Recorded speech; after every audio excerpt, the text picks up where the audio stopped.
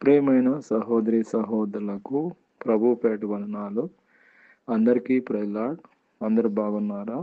మీ అందరి గురించి ప్రార్థన చేస్తూ వస్తున్నాము. మీరు ఎవరైనా కొత్తగా ఛానల్ చూస్తున్నట్లయితే దయచేసి సబ్స్క్రైబ్ చేసుకోండి.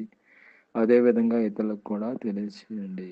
ఈరోజు మనం దేవుని వాక్యం నుంచి ఇదిగో యుగములు సజీవుడవై ఉన్నావు, అది ప్రకటన గ్రంథము 1వ అధ్యాయము 18వ వచనంలో. ఇక్కడ మనం చూసుకున్నట్లయితే మొదటివాడు కడపటివాడు ఎవరంటే దేవుడే. నేను అనగా దేవుడు.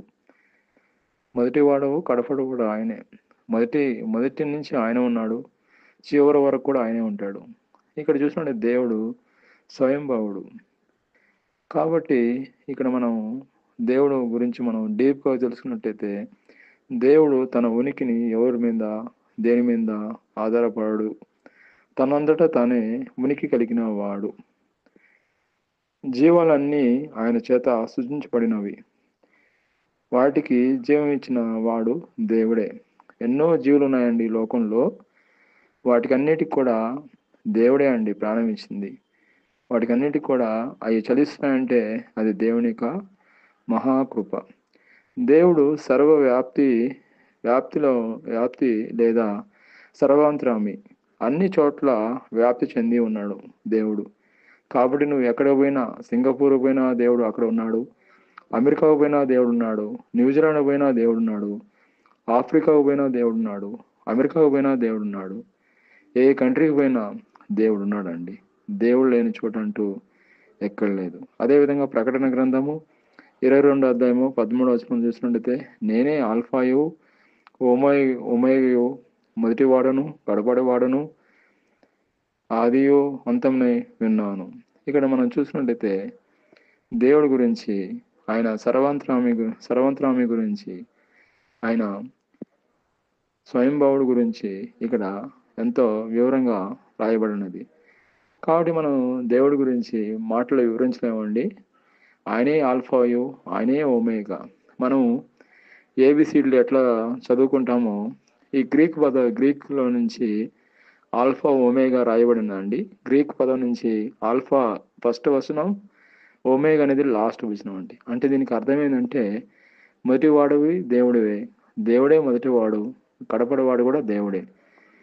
మనము మధ్యలో ఉన్న మనం శాశ్వతం కాదు, కానీ దేవుడే శాశ్వతం. ఆయనే గొప్ప దేవుడు. ఇక్కడ ఒకసారి మన వాక్యం చూసినట్లయితే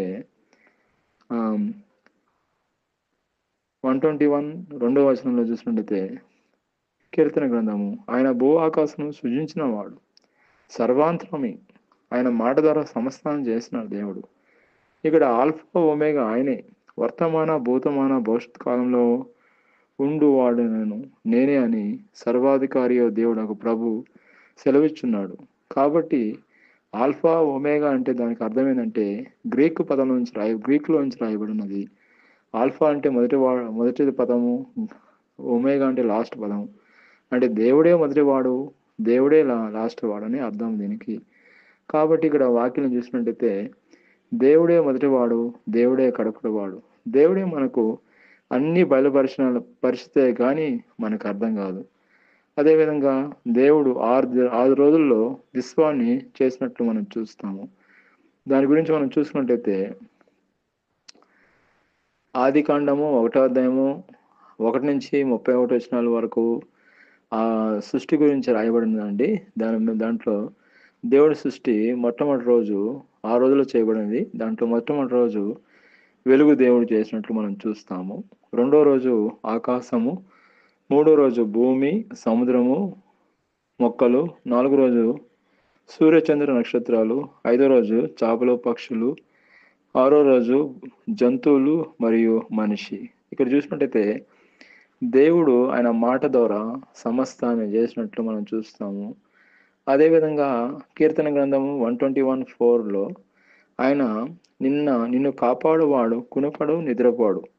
ఇంకోటి ఏంటంటే దేవుడు నిద్రపోడండి, కునుకడండి. సర్వాంతరామి, స్వయంభావుడు, ఆయనే సాటి. కాబట్టి ఇక్కడ వాక్యం చూసినట్లయితే ఇక్కడ ఆయన కునుకడండి, నిద్రపోడండి. ఆయన కునికాడంటే ప్రపంచం అంతా కూడా నాశనం అయిపోద్ది. ఫర్ ఎగ్జాంపుల్, మనం డ్రైవింగ్ చేస్తున్నామంటే మనం కునికామంటే ఏమవుతాం? ఎక్కడో పోయి గుద్దేస్తాం. అదే విధంగా దేవుడు కూడా, దేవుడి సృష్టి ఆయన కంట్రోల్లో ఉంది. ఆయన సమస్తాన్ని నడిపిస్తున్నాడు. ఆయన ఆధీనంలో ఉంది కాబట్టి ప్రపంచం అంతా కూడా ఆయన నడిపిస్తున్నాడు కాబట్టి ఆయనే మొదటివాడు, ఆయనే కడపడేవాడు. దేవుడు ఈ వాక్యం దీవించిన గాక. ఆమెన్.